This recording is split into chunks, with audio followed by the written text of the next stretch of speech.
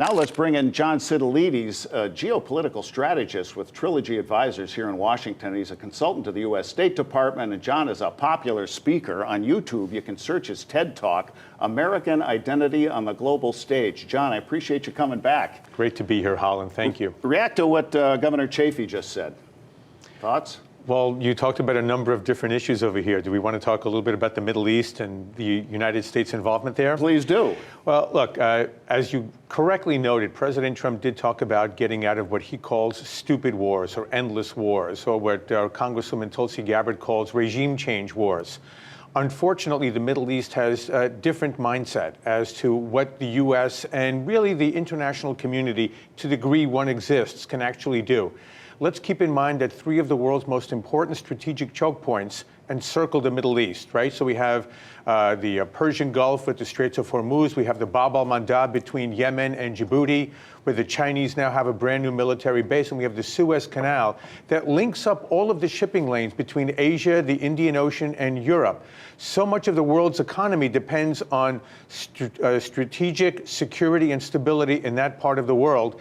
And the Asian economies and the European economies are still completely dependent on the Middle East for oil and for natural gas. The United States is not. We're now the world's largest exporter of both. Sure.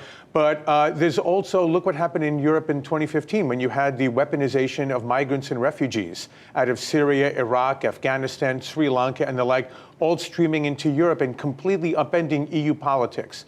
The Middle East is a chaotic quagmire and likely will be for the foreseeable future. But whether it's the U.S., Russia, China, other powers are going to be involved in the Middle East. And just the complexity of all of the parties at war with one another there makes it an area that is unavoidable. The question will be, how do we properly engage and how do we properly debate that engagement? And to Senator Chafee's point, how do we disengage, when it's time to go, right?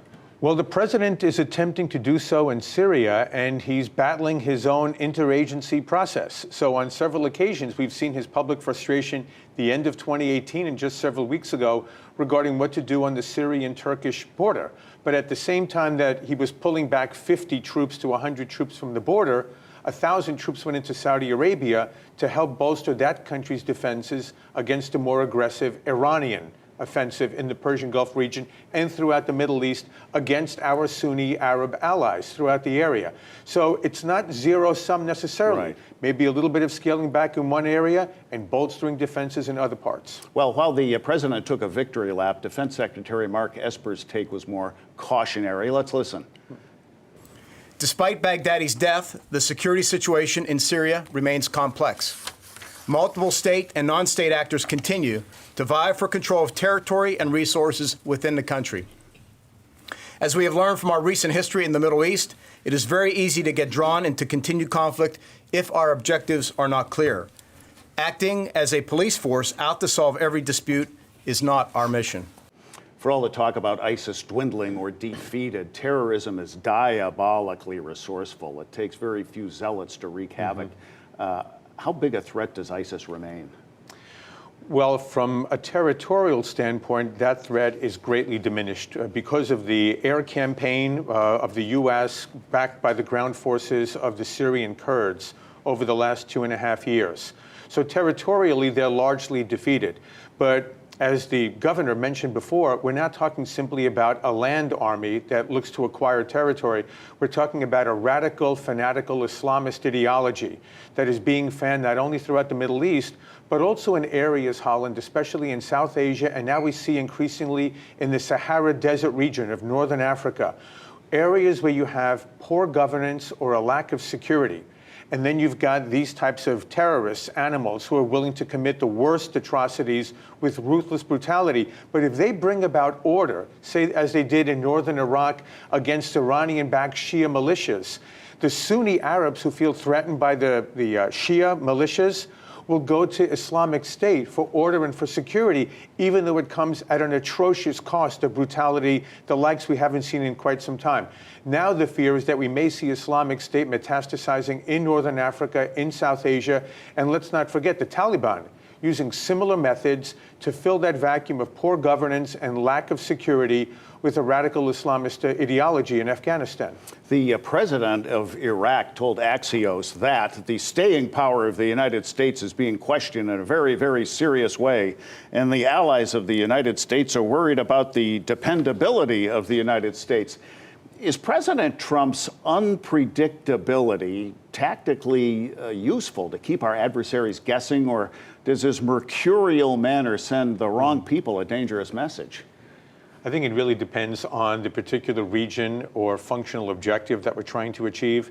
Certainly when it comes to what we now see as America's strategic rivals on the world stage, China, Russia, Iran, North Korea, that's a deliberate strategy on the part of the Trump administration to keep rivals and competitors off balance and to keep himself completely unpredictable, as he believes he mastered as a negotiator and a real estate developer over decades of success in the U.S. But I think there is a question as to how that it applies to allies, because our alliances are so very important.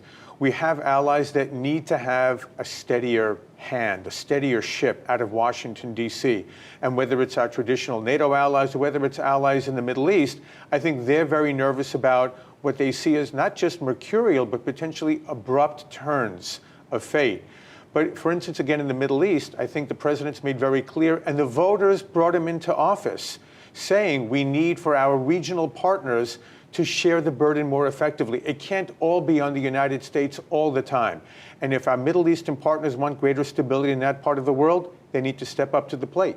On last week's show, we discussed what has been an underreported story. Just several weeks ago, Secretary of State Pompeo signed major military agreements with Greek officials.